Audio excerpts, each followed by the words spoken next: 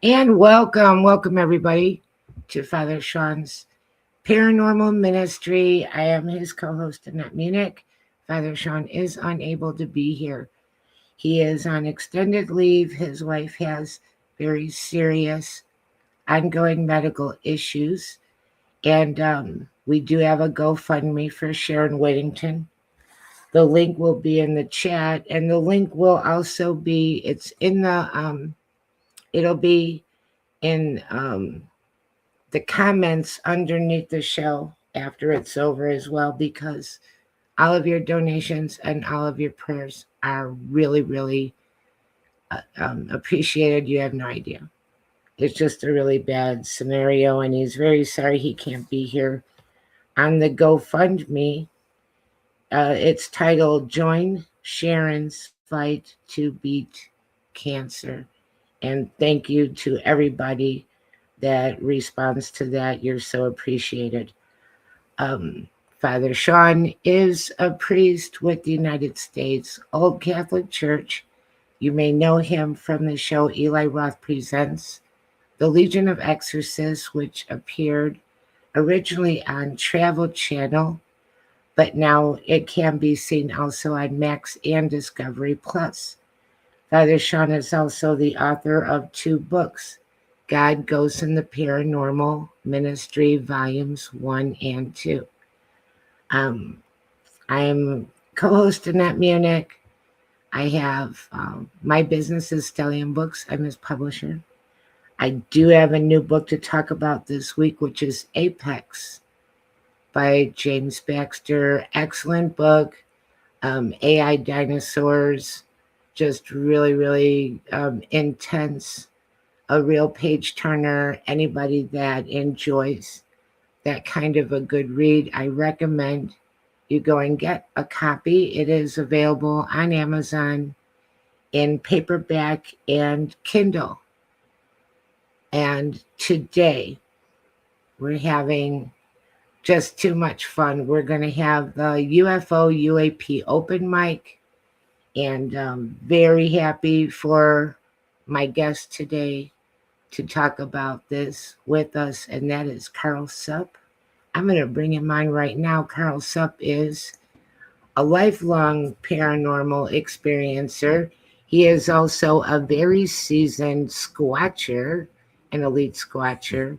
He is a public speaker on the subject, very well known, very well respected over the years, and a soon to be published author.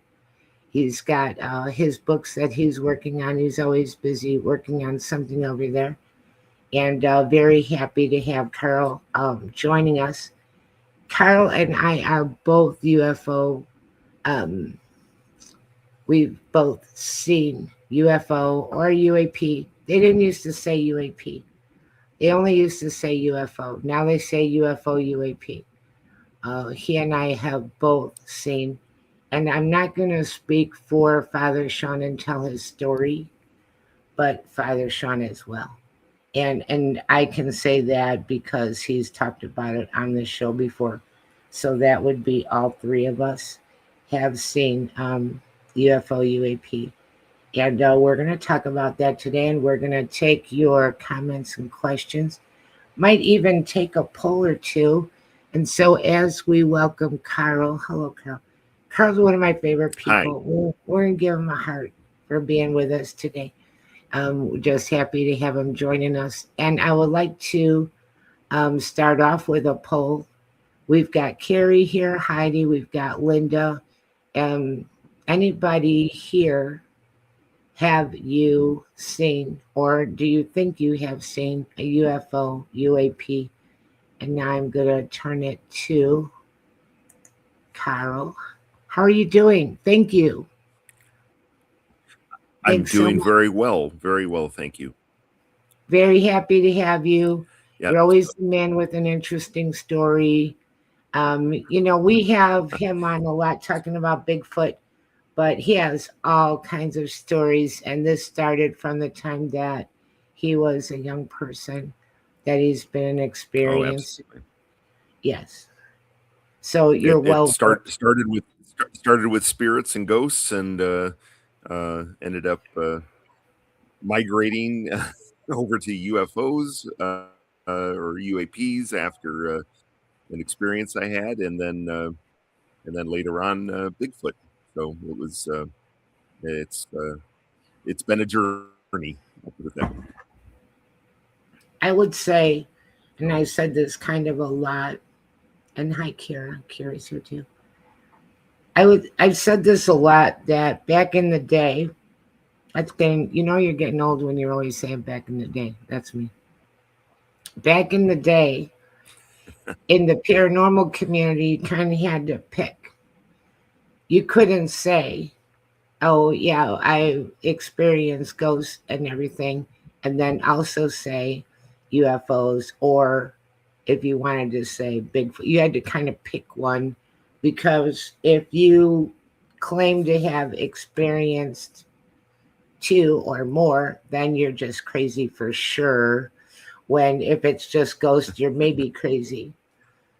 So Yeah. now what I found is that a lot of people that are experiencers of any kind tend to be experiencers of every kind, that they have uh, let's call it a sensitivity, or more of an open I channel, agree. or something like that. And so if you're experiencing one, there's a good chance that you're experiencing multiple. And also, I think that the more you experience, the more you tend to experience, because they can tell that you see them, you hear them, XYZ. So they tend to kind of be drawn to you. So that was a big mouthful, but we'll see what you have to say about that. Oh yeah, no, and I agree. I mean, it's you know, and I think a lot of that comes just from people, keeping an open mind. I mean, there's a lot of things in this that we don't understand, and it's really human hubris to uh, think that we know everything or we've explored everything and know everything, right? And it's and that's absolutely not the case. So always keep an open mind. So And, now I'm going to say something I shouldn't say, but I love this. I often start off and then I go and say something deep or whatever that I wasn't intending to, and I take it to a weird place. When I first got involved in the paranormal, I was amazed. Why? Because people were kind of snotty.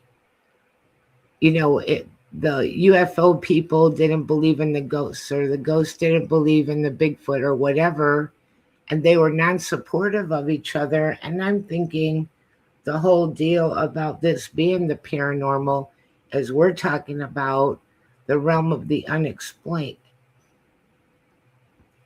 It's not a contest. right. Oh, And I didn't like right. that. Exactly. If anybody was kind of putting somebody else down, I really didn't like that, because, like you're saying, this is the realm of the unexplained. We don't really know. Just because, you think this or you think that doesn't make anybody a definitive expert on all that is. There's no such thing. Exactly. Yep. I mean, yeah, exactly. You can have experiences that someone else hasn't had. Someone could have far more experiences than you do, and just because they did, or in a different area or genre or topic, it doesn't mean that um, you're in any of those really. You're only seeing a slice of the pie, right? And you just have to take those. And I'm a science guy, so you have to take those data points and analyze that data, and in a lot of cases just hold that data back and reference it later, right? Because even though you haven't experienced it, that doesn't mean that that other person didn't have that experience as well. So Absolutely. We've got Heidi saying, I have had experiences that I thought was paranormal, but when reflecting back, it was ET or cosmic. I have seen UFO and beings. Okay, Wow. there's an experience. Now she's saying and beings. I've only seen what I would call a UFO. I've seen it 3 times, different ones. Mm. I'm not claiming to have seen aliens. I'm claiming to Yeah, see I have not. things in the sky that I don't know what it is. Well, if you want, I could dive into my first sighting, which was in June 30th, 1975. Yes, please. And it, you know, as a family, we actually went out on a little outing to a drive-in movie theater. For those far younger who have no drive-ins near you, that's where you go and park your car and watch the movie from inside your car. Too fun. Which is, Now you're doing back in the day, but you know what? That was just too fun. That was really great. yeah, it was always a fun time. But you know, we had pillows and blankets and so forth, and my sister and I camped out in the bed of the family station wagon to town. My parents were sitting in lawn chairs outside the outside of the car at the back, and and watched the movie, double feature. And it was I only remember one of the movies was Apple Dumpling Gang with Don Knotts. I don't know if you've ever seen that, but Yes. it's been a while. Uh, but yeah, when we returned home, it was late, so it was probably about 11:30 at night, and my dad wasn't in the greatest of health, so he had actually gone inside the house along with my mom, and she was kind of getting him. Uh, getting him ready for bed and stuff. And my sister just headed inside the house. So everything, unloading the car was on me, right? And I was 12. Actually, no, I was 11 and a half. So, and here I am out there. I pull lawn chairs out of the back and I take those inside the house, and I come back out to go get the pillows and the blankets, and I've got those just bundled in my arms, and and what what uh what surprised me or just confused me, it was, yeah, that's a better word, confused, was that the it was like the air was still. It was like almost like there was no air. Everything was incredibly quiet. I couldn't, like any And ambient you know what? sounds of road noise or anything nearby. It was, Everybody yeah. forgive me for interrupting him, but this is something that we talk about a lot, and we will go right back to his story. There is some kind of weird thing that can happen outdoors, and all of a sudden everything goes completely still. No more wind, no more crickets, no more nothing. And it has a weird feel to it. And there's people that say that that might be like a portal, a veil. Something's changing, something is able to merge, something's coming. So we've talked about that quite a lot, and it's interesting that you brought that up, that that happened. I'm going to turn it back over to you because that's a really super interesting topic, how it gets weird like that. Well, well, yeah. So I'm just confused, and I'm looking around like what's going on.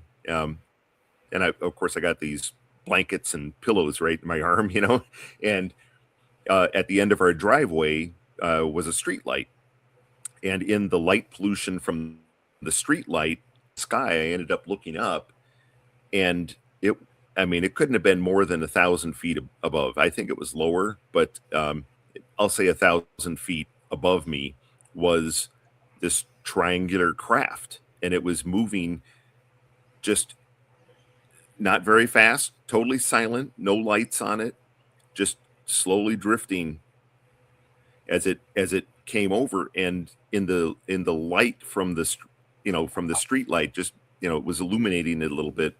It I could actually see like a pattern. I want to say rectangular, overlapping rectangular and square patterns on the underside of it that wasn't, um, so it wasn't smooth or you know, it didn't look metallic, but it would just slowly drifted over, and and I stood there just watching it in this, what I want to say, a bubble of strangeness, right?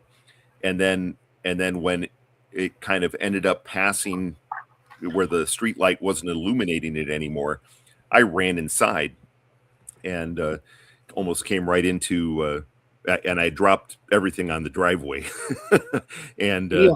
my dad was standing in the kitchen, and I was like, Dad, there's something in the sky. I need you to take a look at this. And so he followed me out into the backyard because that was the trajectory. It was moving from northeast to southwest, was the direction it was moving. And we got, and he goes, well, let's go in the front, let's go take a look. And I said, no, it should be already over the backyard by now. Well, we got out into the backyard and there was no ambient light shining up into the sky back there.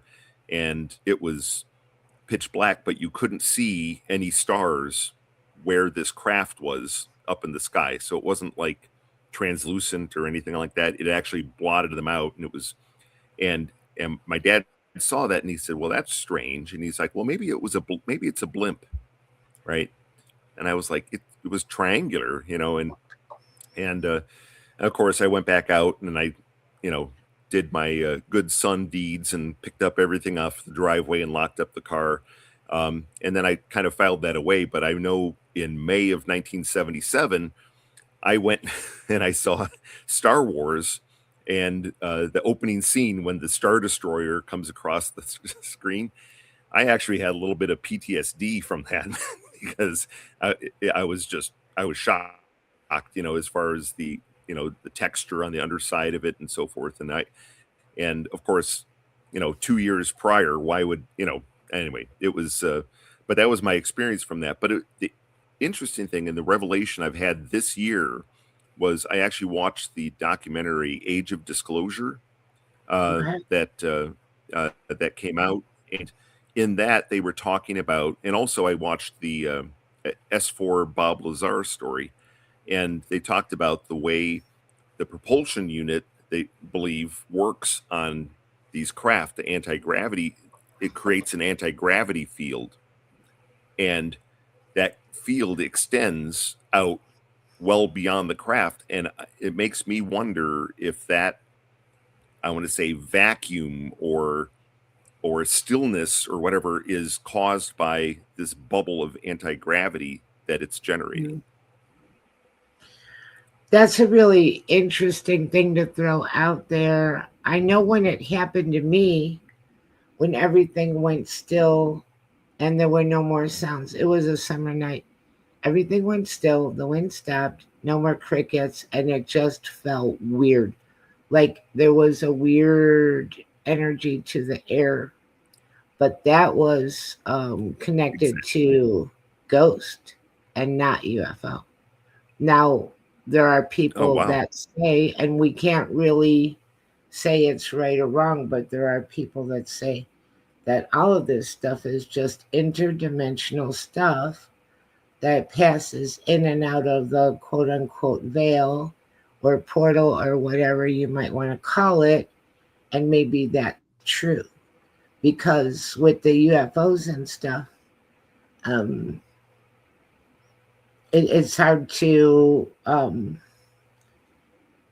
well, maybe it isn't for other people, but to think there's a planet somewhere in specific that they're all coming from and la la la, be easier to think that because they're so much more advanced than we are, they're able to pass in and out of our reality.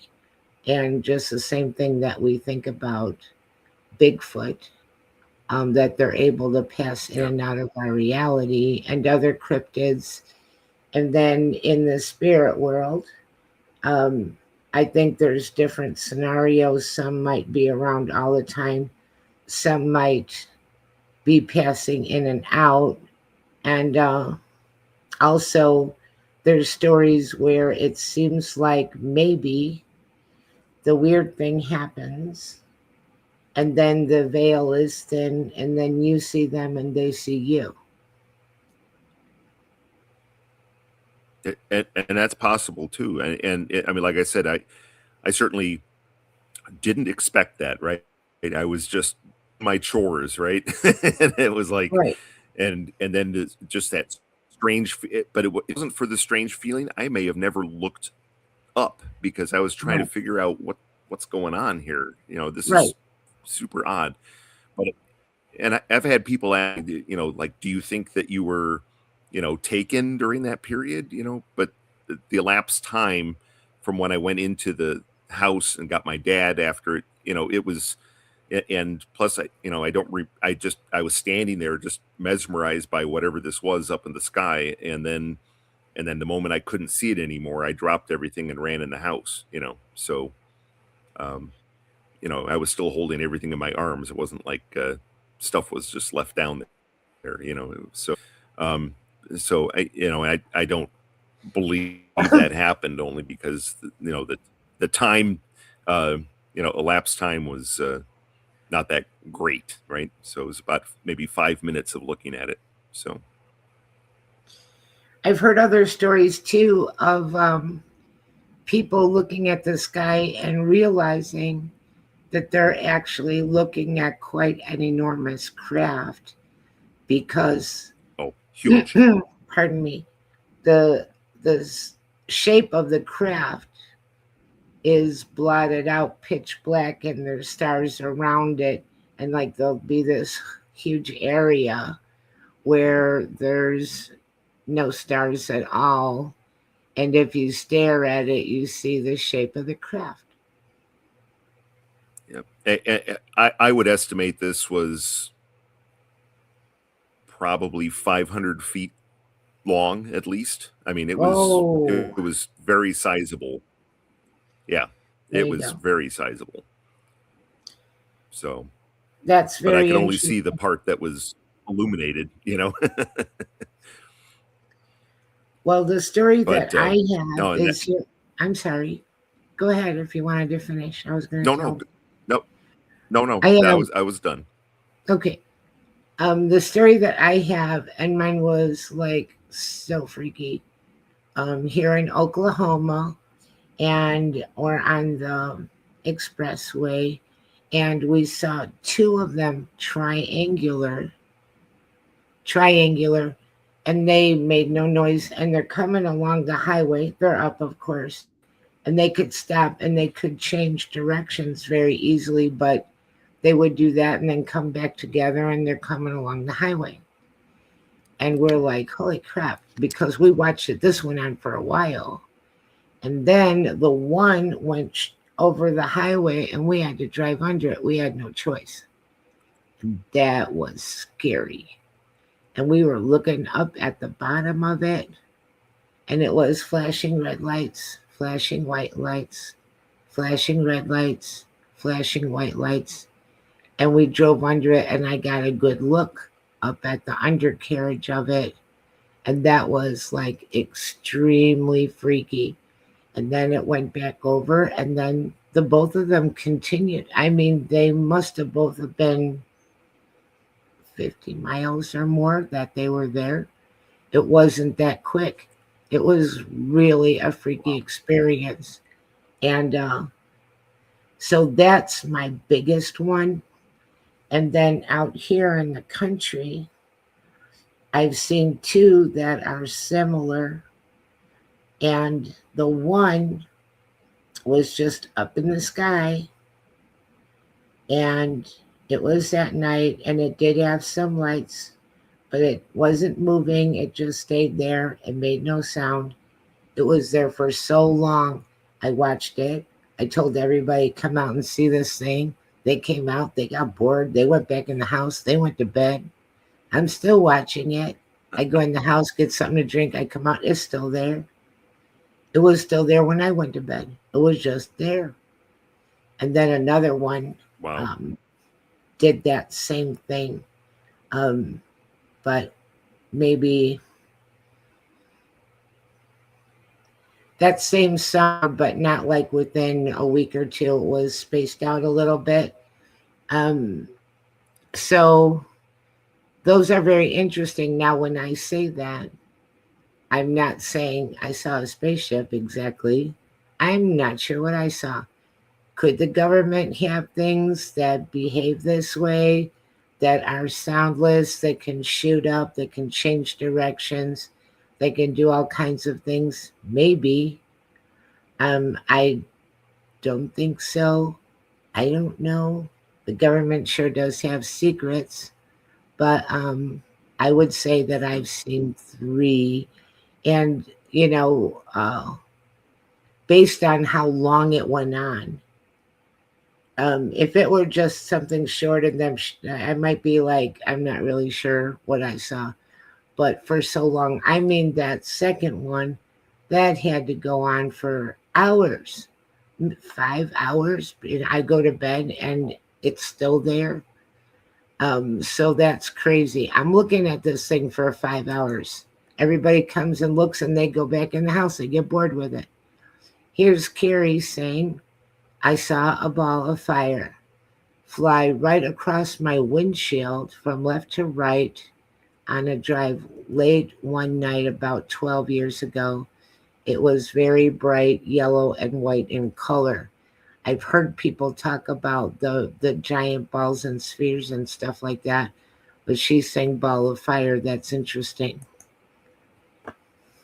Yeah, absolutely. Yeah, I haven't encountered that myself, but there's so many people that have seen something like that. It's obviously there's facts behind that, or Right? so.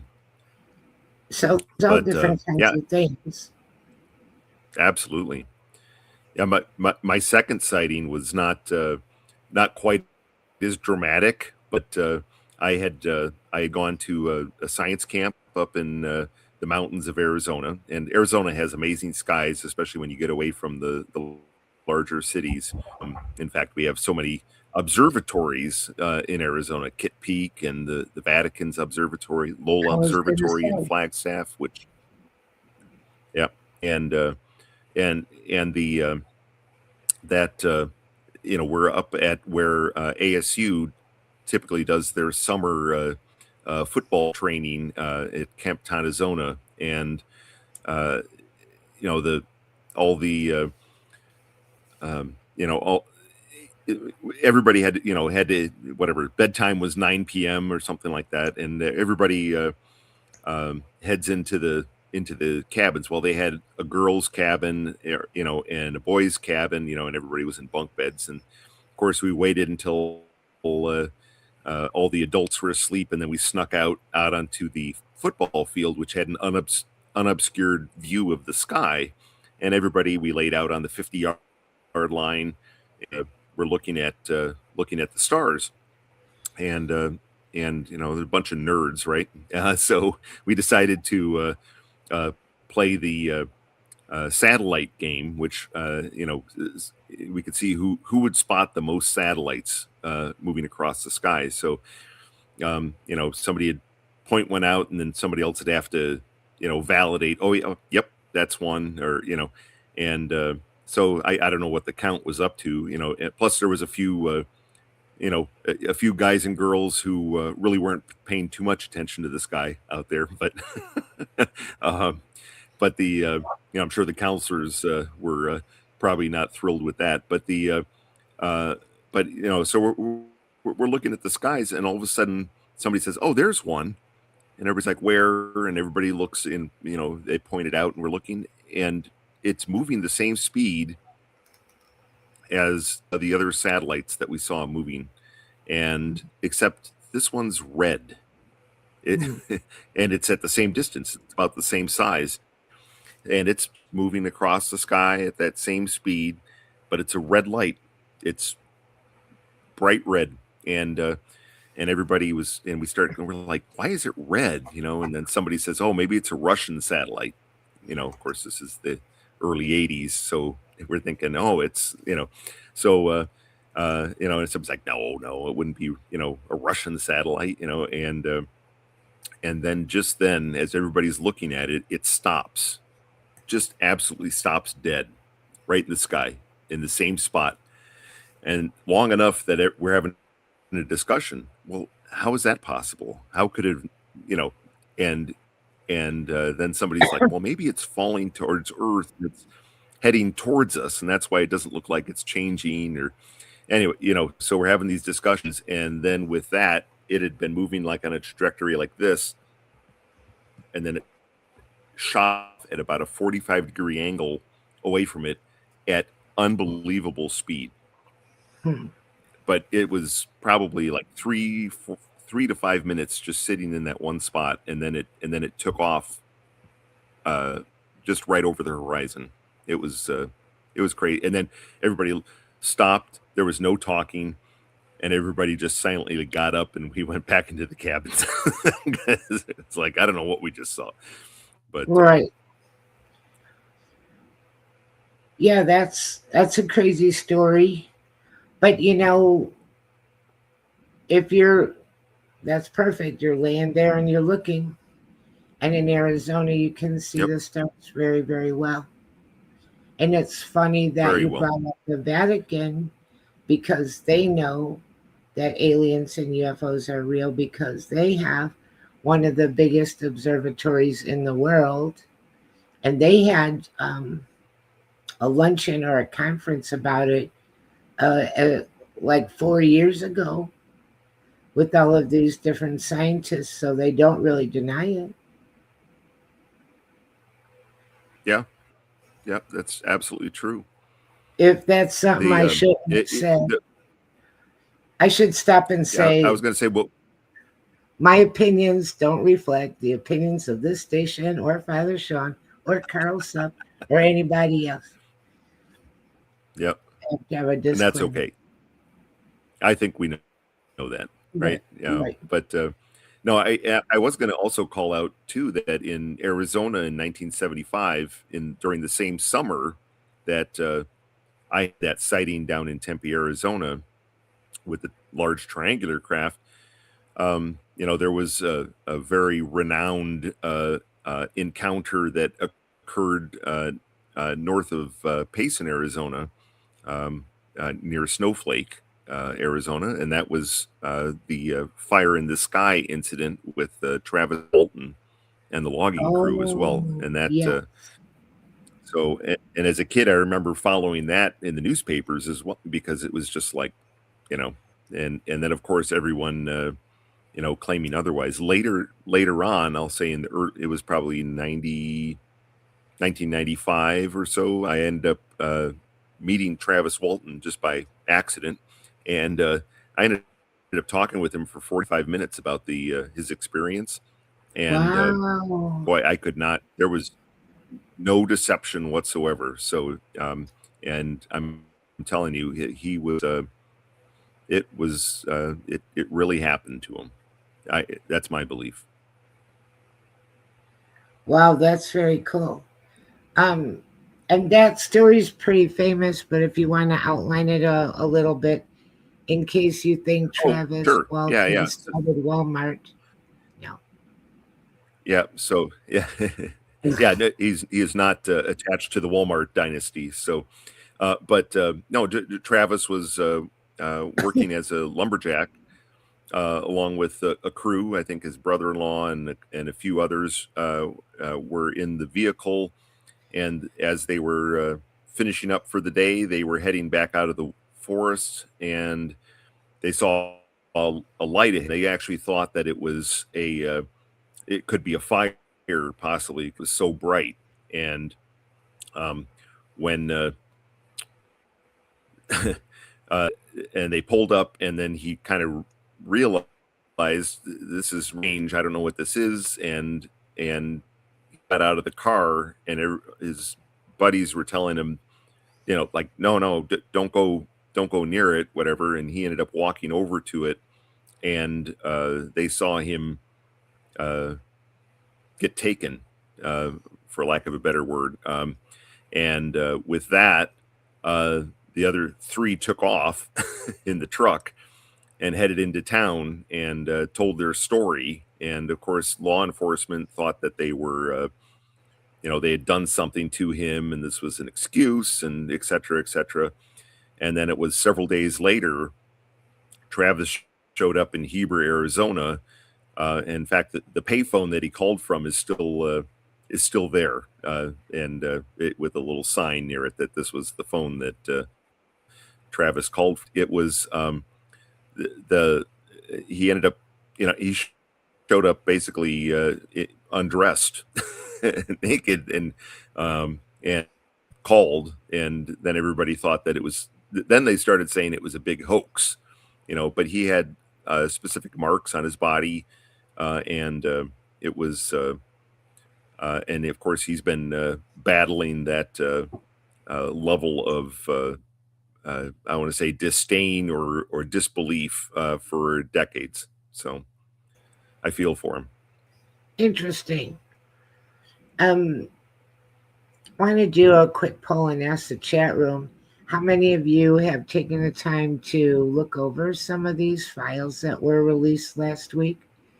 If anybody, basically what I was seeing is video and some transcription and audio from pilots and whatnot. It's your most basic stuff, but didn't think that it was ever going to come up.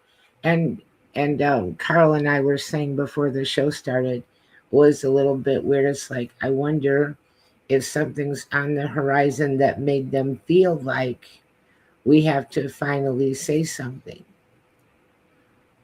I agree. We're definitely in that kind of a world. I mean, I think that they think that a lot of people are going to freak out. I personally don't think that. I know that there are some people that really just don't believe in it, and that's okay, fine. But I don't think it's going to be a mass panic situation unless. This is the unless. I'm going to throw this on you. This is just opening the Okay. door. We're just opening the door this much. That's it. We're just opening the door. And then it's going to be progressive. And it's going to be the next batch. And then the batch after that. And then after that. And we're going to start to see the big picture. I don't know if you've seen or heard any of what Tim Burchett was saying from Tennessee. He's a senator or a congressman. I think he's a senator. But he was talking about the ocean ones and how big and fast they are. Very interesting. Huge UFOs in the ocean that move extremely fast. That he says we have nothing like it really to compare to it in size or speed. So when people say they see things come out of the water, and when Father Shawn comes back, I'm going to bring it up to ask him to tell his story again. But there's a lot of people that say that they see things come up out of the water. Yep. Well, and they talk about or what they call USOs, right? Unknown submerged object, right? And those craft, if what Bob Lazar was saying, and like I said, what was discussed in Age of Disclosure documentary, if the craft are truly generating, which, like, I think that's what I experienced, some kind of a anti-gravity bubble, of course they could actually, the medium that they're flying through, whether it's the air or if it's water or so forth, that really wouldn't, it wouldn't impede, its speed, and so, where it's, unlike any of our submarines, right? That that have friction and drag on the water as well. So Right. Well, I think I have this guy's name right. His name is, I believe, Stephen Greer. And he had like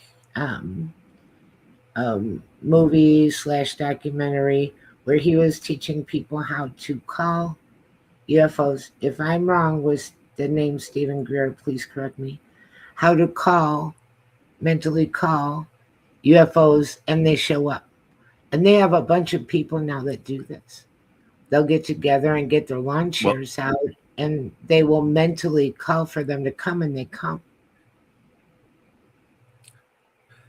So it's kind of funny, So do you remember back in the '70s? Actually, there was even the musical group the Carpenters. I'm going to go on the Yeah, way back machine here, but they had a song. back in the They had a day. song called "Calling Call, Calling Occupants of Interstellar Craft." That was the name of the song, and I and didn't know about the that. whole point of that was that they wanted to get everyone's mind into a mindset in order to communicate with them, and that was so. If you, I'm sure you can find that online somewhere, but it's worth a listen because at the time I remember kind of going, like, oh, okay, yeah, whatever, but who knows, right? Do you Who think knows? that that's a good idea to Um, mentally try to it, call them in? you know, I'm not sure. I know that the funny thing is, in talking with Travis Walton, he actually believed that uh, when he went into the area of the light, it was like the propulsion system of the craft, and he may have gotten, let's say, radiation sickness, and that's why they took him on board and worked on him in order to fix the issue. Um, and this is what he's kind of recounting and thinking about, and um, of course, you know, poor cows. I don't think that they're, you know, all these mutilated cattle that we find out in the middle of nowhere. That those are with precision incisions. That's also confusing as well. So, uh, and kind of unanswered questions of that. So, Susan's here, Susan but Ahern, and she'll be here for the last Friday of the month, like she usually does. She couldn't come at the yeah, last Susan's Friday fantastic. in April. So, hi, Susan. Um, that's interesting that you bring up the cattle mutilations because I don't know if anybody watches Skinwalker Ranch. I love Skinwalker Ranch. I'm a little bit behind on it, but Yep. I do love that show. And they experienced everything there, everything, but Yep. including cattle mutilations. And when they looked over the video at what happened with this mutilated cow, they saw something weird in the sky. And this happened, this is like season one, I think. This happened really fast. Like the cow seemed okay, and then the cow seemed weird, and then the cow is like dead and cut and just, Yep. I mean, it was a very fast process. But when they reviewed the video, they saw what looked like a UFO in the sky. And when that appeared, that's when the cow's behavior, all of them started to change. Yep. Absolutely. Yeah, that was a good episode. Oh, you But remember but that? I love the way they I oh absolutely, and I just love the way that they apply science to almost every aspect of that, Yeah. including even when they were working with sounds, when they had uh, Native Americans, with drums and the different, and they suddenly got this very cold spot, which you know they couldn't explain, right? How could this cold spot suddenly appear during specific sound patterns? And I thought that was very interesting as well. So That being whole an audio show guy, is very interesting. And we have Jim Segala on sometimes, and he was from season one. Hi, Michelle. Michelle's here. Michelle Wilfong. He was from season one of the scientists, and he talks about it. Um, He's an interesting person too because he was working at the ranch with the ranch before it changed hands into the new ownership. I'm trying to think of that man's name. I know it, I just can't think of it right away, but he was part of the research that was going on before it was purchased and before they started to do the show. And he said something really interesting that I enjoyed about the whole thing because they have, for anybody who hasn't seen Secrets of Skinwalker Ranch, excellent show and excellent methodology that they take. They're very careful, check, check, double check. It's not haphazard at all. They have UFO there, they have ghosts there. You don't see too much about the ghosts, but in those old homes that they have on the ranch, they do. Um, and then they have like where they think they see werewolves there, cattle mutilations there, weird what they think are Indian cursives on the mesa, and the mesa lights up, and they have weird electromagnetic readings. They've had um, guys take EMF readings, and it's so high they're getting burned when it wasn't like that the day before. Also, their phones will Yep. go crazy, and the phones will just start dialing all kinds of numbers, and all of them at the same time, their phones will go crazy. Um, yeah, the Yeah. guy that The other thing is that there's actually something inside the mesa there, which they actually have physical evidence of a ceramic material that appears to be self healing, which is remarkable. I don't know. We'll see we'll see what happens here in the upcoming season. It's going to be airing soon, I think. the show's crazy. If you start watching it, you're gonna love it. Um, and anyway, what Jim Segala said, and he's gonna be back with us, I think, in June. He said that you begin to realize that even though there's all these different kinds of manifestations, you're dealing with one consciousness. You might do something over here, and it might react or I don't want to say pay you back, but kind of over here. It's that, as you go along, you Quantum realize, physics. yeah, this is not all separate things. This is a one consciousness that is presenting as and moving as different types of phenomena. Yep. No, I agree. I agree. Yeah, my um, I could talk a little bit about my second sighting, which was actually Sure, the Phoenix Lights, if you sure. wanted to. Yes, we have 10 minutes Sure. left. Okay. So okay. All right. Perfect. Yeah. So I was working late. I was I can even give you the cross streets right near Osborne and 24th Street in downtown Phoenix, on the east side of 24th Street. And I stepped out of the. I was working late. There was no one else in the office, and it was a little past 8 o'clock, and I came out of the office, went to go get to the car, and I looked up in the sky, and heading south towards Sky Harbor Airport is something that was triangular and very large, uh, but it wasn't distinct to me, right? But there was lights on the bottom of them that were spaced, and as I tried to describe the lights, I want to say they were like, it wasn't an incandescent bulb, it wasn't an LED bulb, it was almost a like a swirling bioluminescent light. I don't know how to describe it, but it was not just a straight solid beam on these lights. It was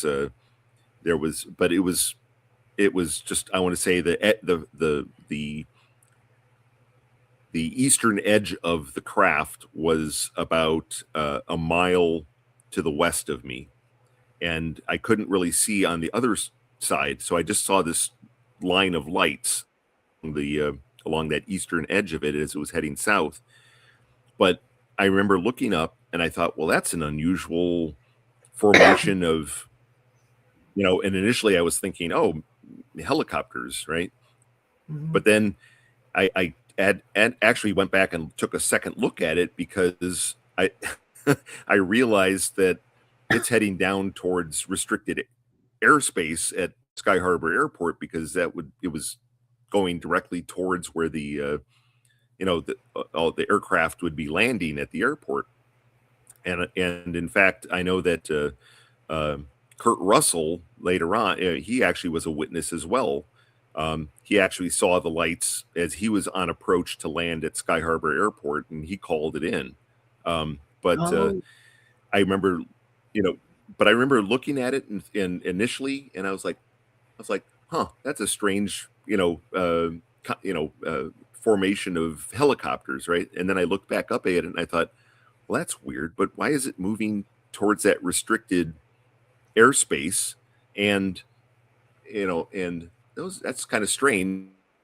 But of course, I already put in about a 14-hour day, and I kind of ended up shrugging my shoulders, and I got in the car and I drove home. Well, I wasn't probably even maybe 5 miles from home, and on the radio it starts coming on where there's reports of all these people that have seen this large craft that flew over Phoenix.